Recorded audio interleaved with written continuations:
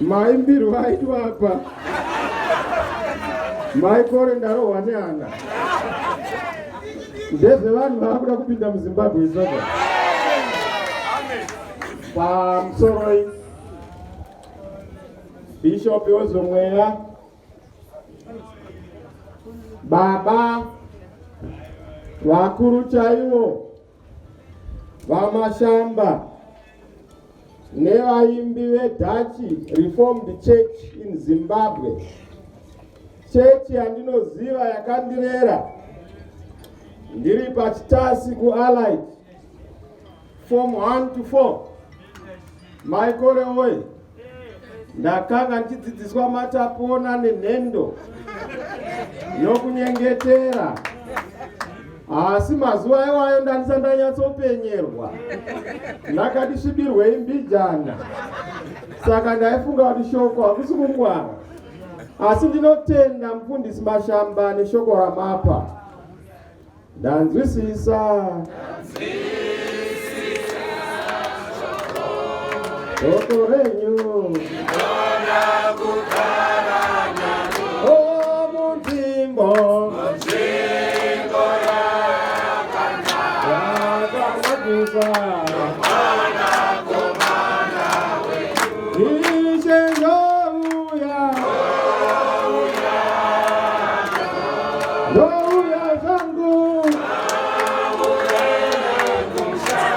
onditoreyo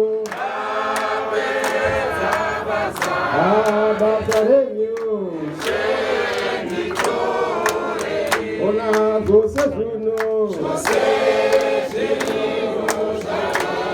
zvave zvitsva munzvimbo yakanakisa Ishe ndouya zangu onditoreyo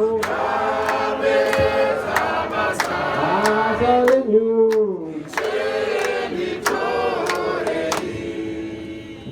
ndonzimbo kati. Taiti kana tadziimba idzi mufundisi akusumuka kunobata purupiti, tonzwa kuti shoko rakupita. Saka ndo mashoko ari kuimbwa namushaya ekuti basa ndapedza. Maparidza bhangeri munhu waMwari kuti vana vanzwe, vana vateerere. Unoudza neku wakati mundaratsvangirai zvinobuda neku zvopinda neku zvabuda neu. Wonaiwo kamafirwa aitwa namushaya anokuudza kuti panyika panopfuurwa. Tati tose mavhiki apfuura baba Mashamba ene mataura mukati pane guta rauri vazhinji maita dambudziko rokuongorora kunaka kweguta ramunaro musingazivi kuti kune rimwe guta ramuri kuita neglect. Ndokutendai neshoko munhu waMwari, guta richauya. Unoona guta ranhasi rinoiswa wifi, rinoiswa manicure nepedicure. Rimwe rovharanzi rinofanira kugadziriswa roitwa zviri kutsukisa mazuva ano kuti ite yellow bone. Musingazive kuti yellow bone ngaive yomweya kwete yenyama. Vana mubvau mashaviro anga ari ngaitsvaga mayellow bone. Yellow bone ngaive yomweya azvizvai. Marizwa shoko ka? Shoko raparidzwa namufundisi randibata-bata. Veduwe, kana pane ari apa nganzvise chinhu. Mucherechedzo wekuti panyika panopfuurwa, saka ndasingambotana zvepolitics teneti. Tarisai mundaratsvangirai. Nhasi apo panapa. Why? Because panyika panopfuurwa. Hataiziva kuti mudhara anopfuura. Ndakaudzwa nomwe mudhara kuti Chamisa anonzi mudhara gomba. Chamisa unofanira kugara wakagadzirira nokuti unofanira kutungamira nemuZimbabwe. Mazuva ndasati ndakunamata stere 2003 ndadati mudhara da undinyengera undipadukire tsvangirai handiteereri notsi dzakadai. Little did I know kuti Mwari vanenge vane marongero avo. Isina mafungiro edu but Mwari vane marongero avo. Ende kufunga hakusi kuronga, kungofunga. Mushai ndinotenda kuti anga ari munhu akanzwa izwi raMwari akagadzira guta ratichaenda, nokuti iri ramunaro rinoputswa. Muziye muprofita Amos anotaura pachapter 3 verse 7 zvikanzi Ishe havaparadze guta vasati vataura nevaprofita vavo kuti vaudze vanhu vavo. Muprofita, ndinokutendai mataurira vanhu kuti vasaparadzwa vasati vanzwa shoko rekuti panyika. Dei munangagwa aiziva kuti guta raakatakura izvi rinopara, haizonetseka kuti anetsane neni nenyaya diki, kuti abvutirane zunhu nyika ita zvakufambira kuenda mberi. Dei ainzwisisa. Handizivi shoko rekuti hamusvitsi here munhu waMwari. Vafundisi paridzai shoko. Anzwisise kuti guta ratiri rinopara, rinopfuura. Asi unenge waparadza vanhu, mweya yavo yakawanda. Chamisa tipe signal. Ndiri kuziva. Ini ndinoziva munhu wandiri kutamba naye. Kuti anofarira kupinda mumvura. Kuti kana zvamubata so anonyika mumvura. Ini ndinoziva kuti pangu ndakamira padombo Jesu Kristu. Handipinde mumvura, uyatitambire paruware.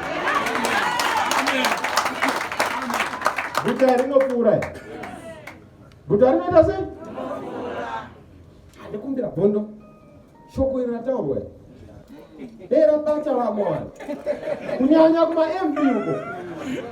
Munofunga kuti kana wamember of parliament wa-honorable wagara panyika, vamwe mautomorosa vanhu nechitanda. Kuti no kuna MP hausviki direct, pataka kuti uriko.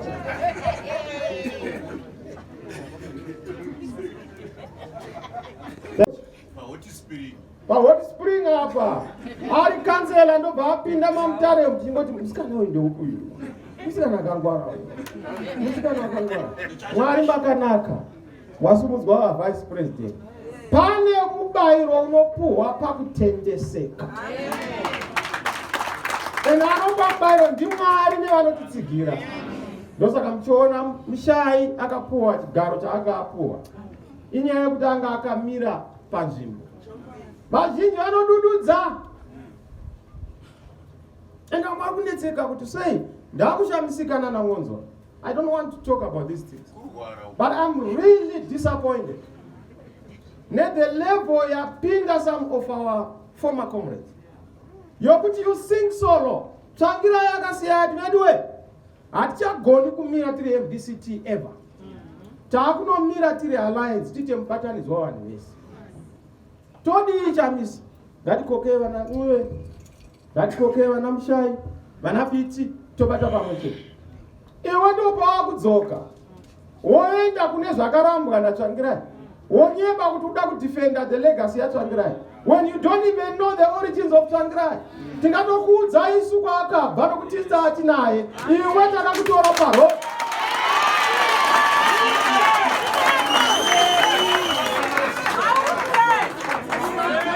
Ndozvinonetsa makore waimbarwa yokuti vana vatakatora murenje. It's a difficult thing. Why would you want to condemn the whole country into an election in Costa 18 million? Just because you are pursuing a better agenda. Which agenda you are not going to win?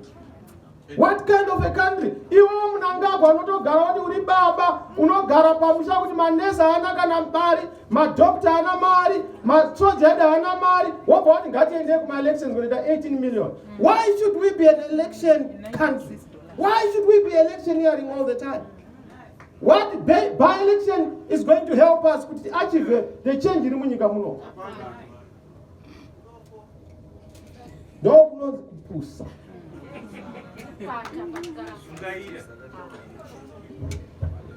Iwe wanga uchiziva kuti takaenda kuma-elections ne-alliance. Ndikutaura nyaya yekuda kupidza nyaya yamushai. Mushai was part of the vakomana vakabva ku-MDC and nevasikana. Ende takaona apa tine talent.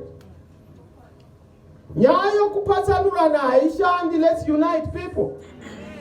That's why muchiona Mwonzora vanhu vakazoona kudhara because kana uchifamba nemateya segaganje, people will always identify. Vanhu vakati muri moyo. Ndikati mirai. Ndikati President tandai muno, ndikati musatanda munhu, regai zvake zvimubati. Zvamubata zvichakurakidzai zvaari. Izvo zvamubata izvo. Rakuda dhimoni.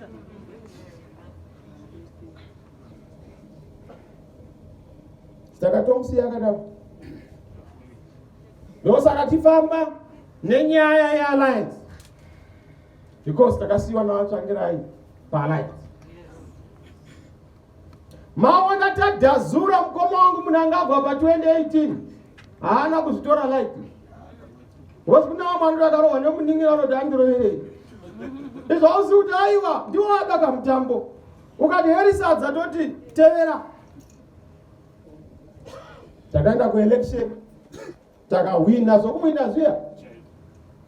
Zvokurova nemutsindo chete. Tisina kana chunhu, tatisina kana mari ndoshamisira tisina, asi tatinemi. Ndokuti vanhu vomuZimbabwe kana varipo, you don't need money.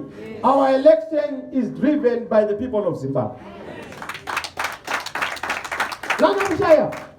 That's why when MDC is sponsored by the West. Atina kana send the America in our blood. Atina kana send the UK in our campaign. We have the contribution and the sacrifice of the people of Zimbabwe. Yes. We are a revolutionary, democratic, progressive movement. It anchored on the founding values and that is our path. Yes. We will not deviate on that, and we are not going to go back.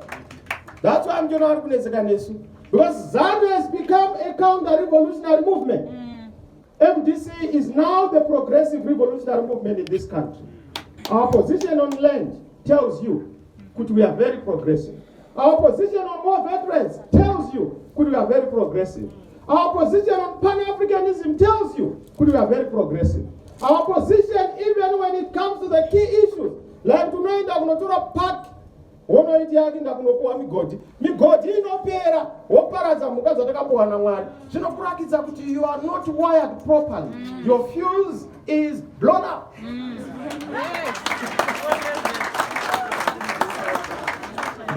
Zvinorakidza kuti hausi kufambirana nezvinofana kuitwa. We are very clear. No progress.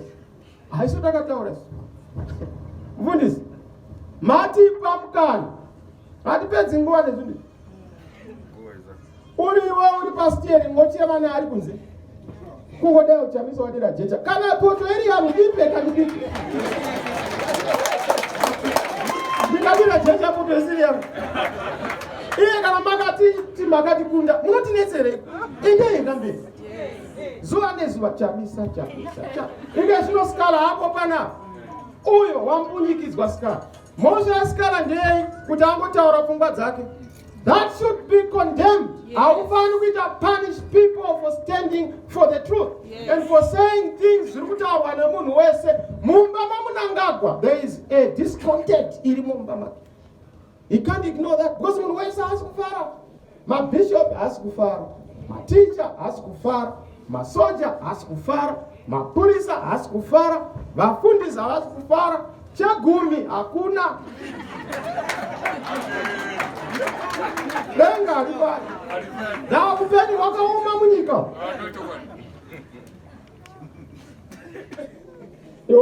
Hakuna crisis.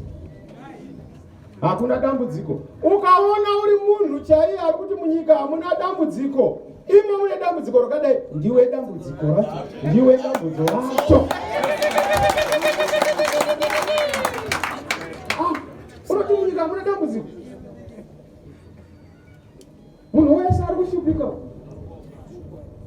Ndaona vamwe vari kuti ANC yakauya munoedzokera.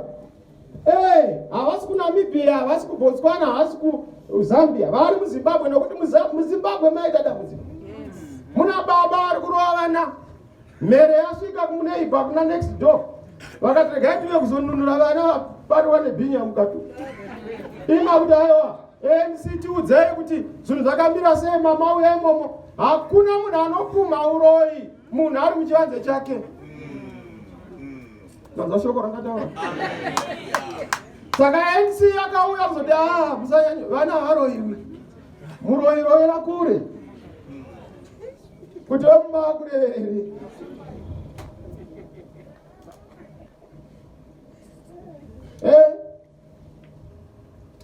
country. Yokuti unoona kuti vanhu vanozvambara ama-abductions. Inoona kuti vanhu vasikana vari vanhema. Kakakuona kuti nyaya iyi ine chimwe chinhu. How do you, kana nyaya iri kukoti, siya iri kukoti. Uroindirei paZBC nenyaya iri kukoti. Kana une evidence edana ikoko. Munhu kana ane mhosva wotongwa ikoko. Why should you use propaganda? Alright, komucheiwa akabuda nenyaya dzanaimbala. Akapfeka. Ndozauraya nyika.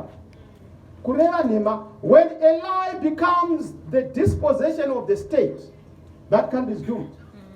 Nyika inofana kutaura chokwadi kuvanhu. Kwete kuti unononyeba. Kunyeba paZBC kuti yashuwa. Vakareva nhema. You are lying to yourself, you are lying to God, you are lying to the people. Nyika haifambi when you are not honest. Value yafa munyika muno meamirirwa namushayi. Be honest. That's why I said, inini munangagwa chero kaita sei. Na mkomo wangu chiwenga. Mukandikumbira kuti bvuma kuti wakadyiwa maelection. Handikoni kunyembera Zimbabwe. Ndakanamata ndikati Mwari ndobvuma here kuti ndakadyiwa. Chikanzi munhu haabvumi zvaasina kuitwa.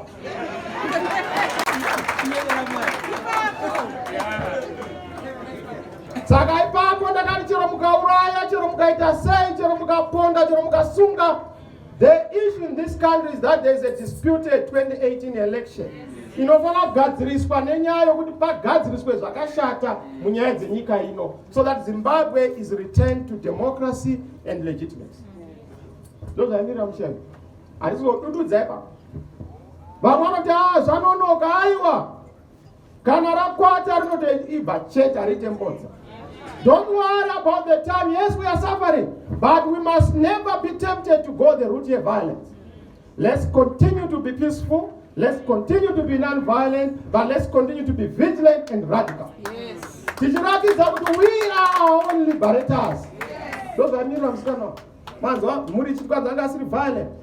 I believe in the power of persuasion. I believe in the force of the power to persuade. Those I believe in Mshai. Mshai, I mirror my values. Solidarity. Isukwedu. Kana paita mutete vakovhu mutakurei.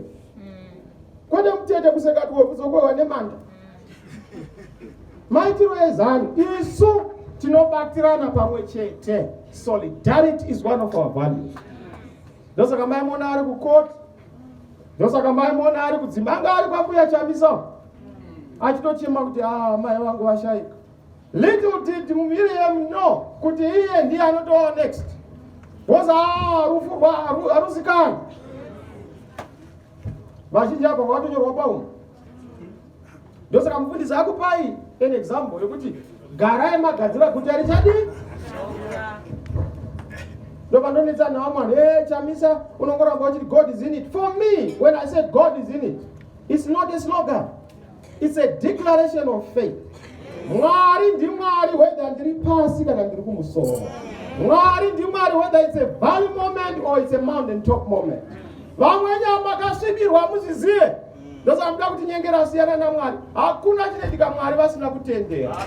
Kana Ishe vakati uchaita mutungamiri unotungamirira te.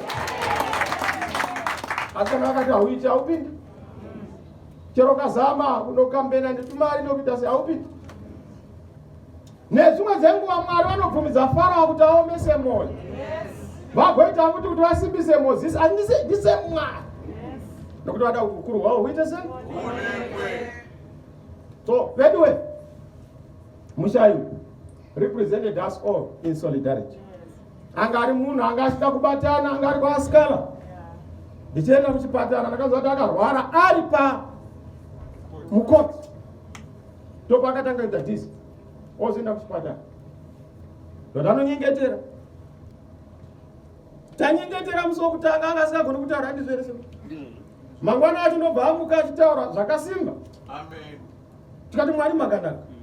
Ndobva ndaudza hama ndikati namatai zvakasimba nokuti anyway tikasanamata tinoita dambudziko. Ndakauza Gladys akaseka, no president, right. Ndikati isu tine foni dzatinotambira dzimwe. Foni dzokudenga pano vanofonerwa. Vazhinji network busy but isu vamwe tinodaira.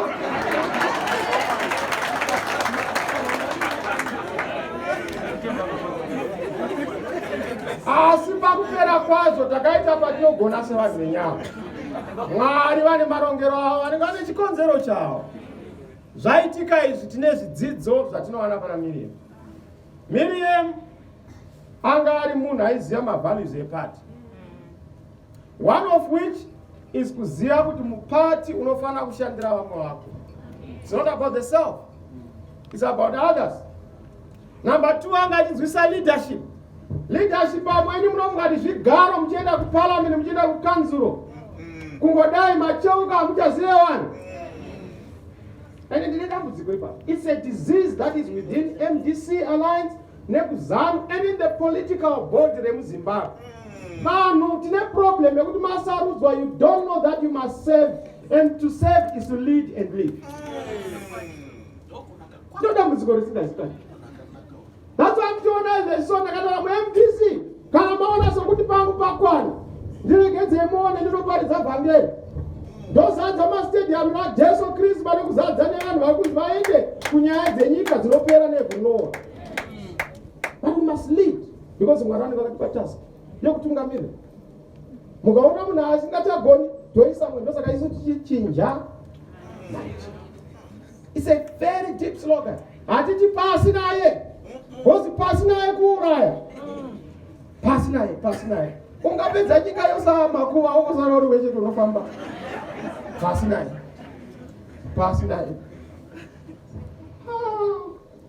It's not chinja. Maitiro. Those are the slogan.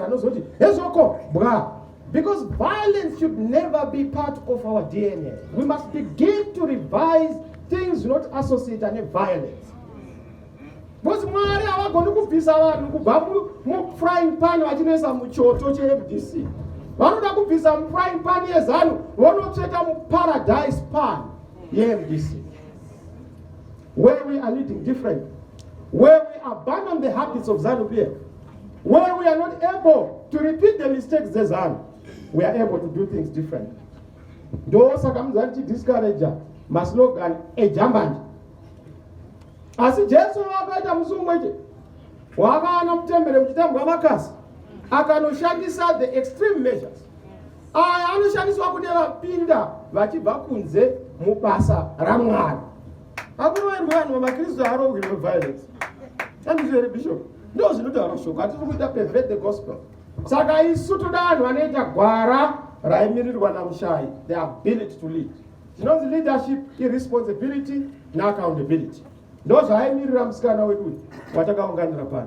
She was a responsible person. She was an accountable person. Those are Gangari Secretary of Police.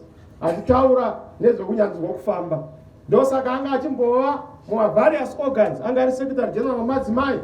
I won't go into Kuchigaros Nakuani Kwakugona Kwaku. So to not tender, Natuere Maoko Danyana was the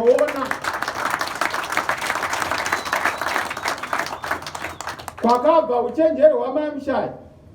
Ndakateerera mai panyaya yekuchinja maitiro ndozvakaenda kumurado wadzogororo. Vakandiona nezuro, kusera nezuro. Vakati President Chamisa, kana kuchinzi chinja maitiro, zvinoreva kuti chinja matungamiriro ako. Kana zvichinzi chinja maitiro, zvinoreva kuti chinja mafambiro ako. Kana zvichinzi chinja maitiro, zvinoreva kuti chinja mamhorosero ako kana wako wachigara. Kana zvichinja maitiro zvinova zvirikuitwa naaripo iweita zvakasiyana nezvirikuitwa naaripo. So isu maichinyerera tisuda kutonga izvi toda kutungamirira vanotonga vakapara mhosva. Isu toda kutungamirira nekuti it's going to be a social contract between the led and the leading, so that isu tikapuwa mandate toendesa kusvika vanhu vakati zvakwana tosiya kwete chimbo mugodzi mandirambirei rowe vanhu muhurumende yedu isusu Mushai waenda hako waisiya hatisi kuzova nemusoja anomira achirova musivile. In our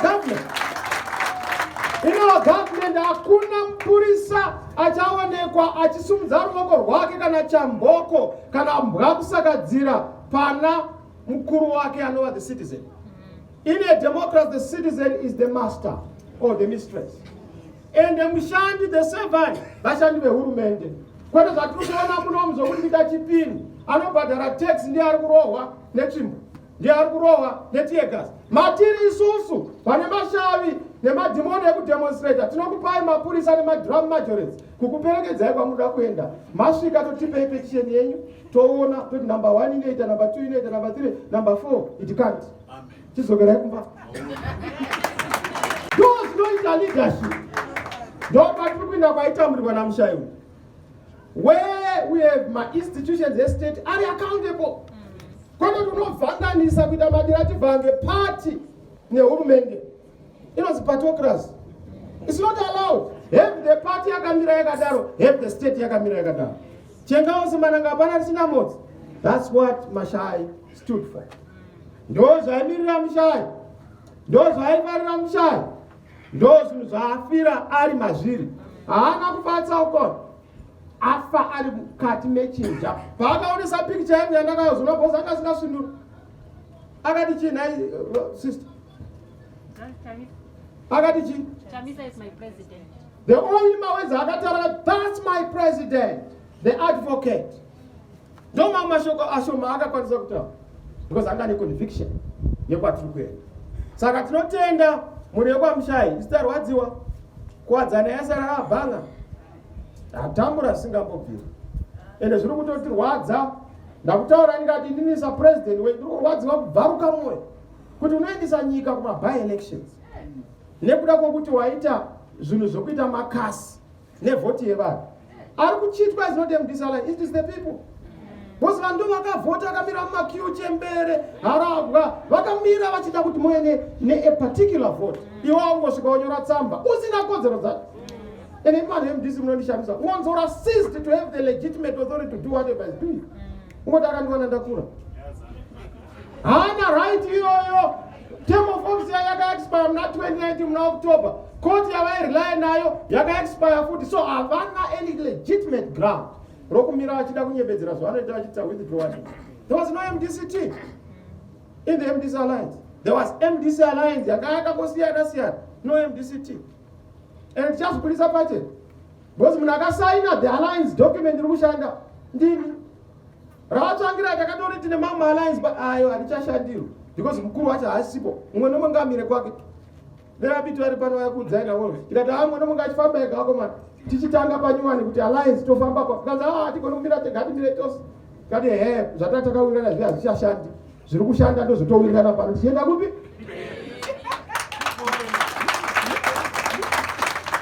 Saka zvinondishamisa kuti vakuda kunotora chinhu chisipo chavakuda kunomutsiridza. Anozvisira komiti, anozvisira mudzuri. But ndo zvinonetsa kana uchingofunga kuti pamwe ndofanira kuita class monitor. Chero usingagoni kuona class yacho kuti mkowa uri pa. Mushai woye. Ndataura mashoko aya parufu rwako hatisana kutora zvinhu Mwonzora. Bandazvitaura because Mushai anga achigumbuka nenyaya iyo. Kuti zvinomboreveiko president? Every time tinodzorwa kumashure, Zanu inoinvesta a lot of money in buying some of you. Kuti muye masvikiro, because Zanu haigoni kusvika patiri. Ina masvikiro pakati penyu. Chenjera kuita svikiro reZanu. Shandiswa nezvinhu zvisina kana nebasa rese. We must unite the country tiende mberi. Tofambisa nyika yaenda mberi. Ndatenda hangu kuti matipa mukana chechi. Ndatenda kuti matipa mukana mhuri. Ndatenda kuti matipa mukana wokuti ticheme hama yedu. Hongu we are in a difficult situation yeCovid. Asinotenda kuti acharaidzwa zvakanaka. Ngachichengetwa ikoko nemacomrades ariko ndamusangano wedu wakatekeshera. Musavhunduka kuti musangano wazodai waombonoka wadai. Gungwa rakazara rinovhunura. Rinodira kunorasa mamwe mashizha. Hazvirevi kuti rwizi rwapwa. Kungora kuti rwazara nemvura yakachena. Kureva kuti zvinhu zvakufamba zvakanaka. Matanda anosiyiwa kunze. Anozvisiya ega.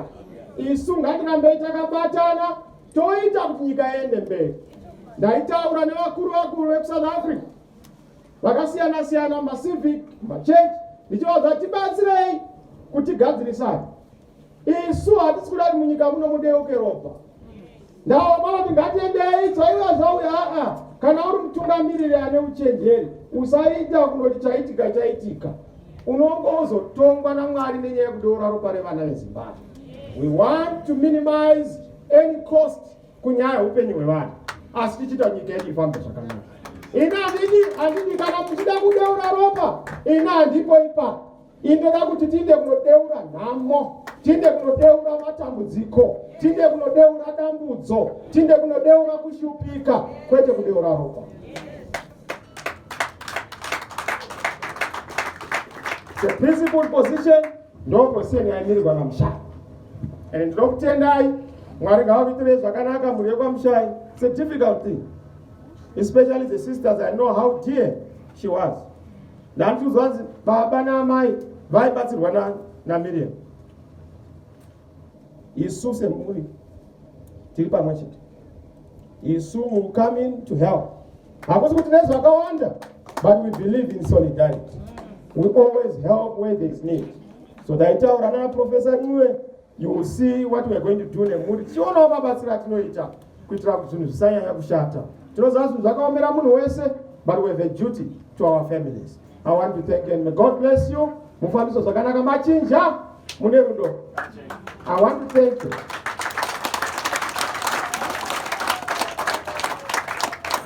And musavhunduka, tinotopinda chete. Zvinganonoka, but tinotopinda chete. Zvingarema sei, but tinotopapinda chete. Patakasiwa tanongedzwa nemukomana Mogiza, tinopapinda chete.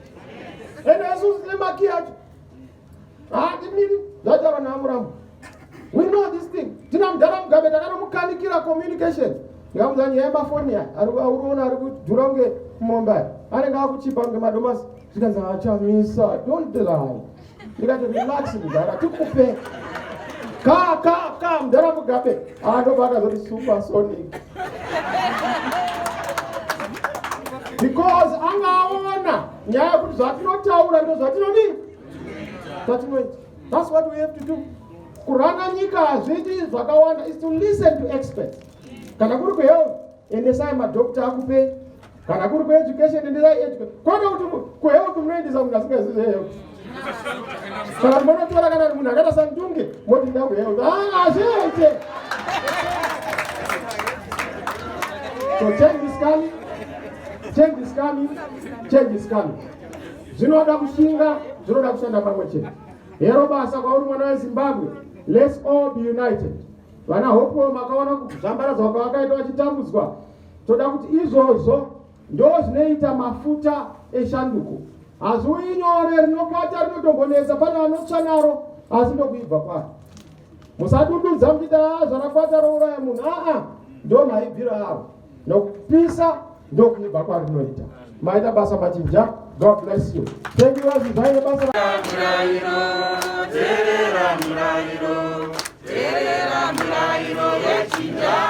Musazorovana, musazotukana, musazorengana. Terera mirayiro yechinja.